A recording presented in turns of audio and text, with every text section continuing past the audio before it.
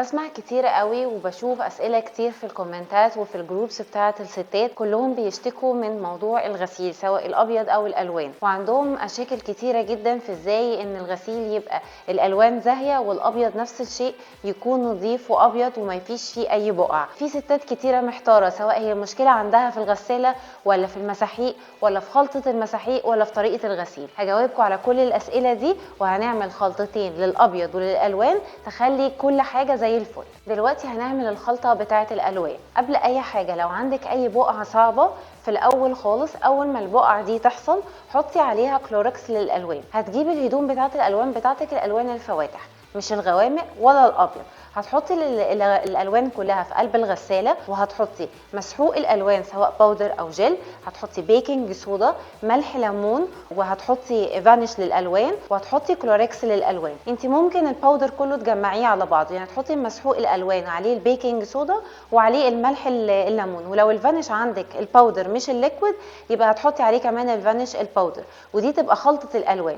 وتحطيهم كلهم في قلب الغسالة طبعا مع الكومفورت أو الدوني اللي انت بتستخدميه. وبعد كده الغسالة لما بتبتدي تسحب المية وتبتدي المسحوق كله تسحبه، وهي بعد 10 دقايق كده والغسالة كلها مشبرة بالرغاوي وبالمية والكلام ده، هتفصلي الغسالة وتسيبيها مثلا 6 ساعات 12 ساعة على حسب البقع اللي عندك ايه، وتسيبيهم منقوعين في الخلطة دي كلها. وبعد كده هتشغلي دورة غسيل عادية جدا تكمل دورة الغسيل بتاعتها، وهتلاقي الغسيل الألوان بتاعك ألوانه زاهية وزي الفل. طيب الغسيل الابيض، كلنا مشاكلنا مع الغسيل الابيض الاصفرار وان الابيض مش مزهزه كده والوانه حلوه. طب هنعمل ايه؟ هنحط فانيش ابيض، لو هو باودر هتحطيه مع المسحوق الابيض، وهتحطي معاه بيكنج صودا وملح ليمون وزهره بيضه، دي خلطه الباودر كلها. وبعد كده هتحطي الغسيل الابيض في قلب الغساله وتحطي المسحوق بتاعك، وهتحطي كمان كلوريكس ابيض والدوني او الكومفورت بتاعك،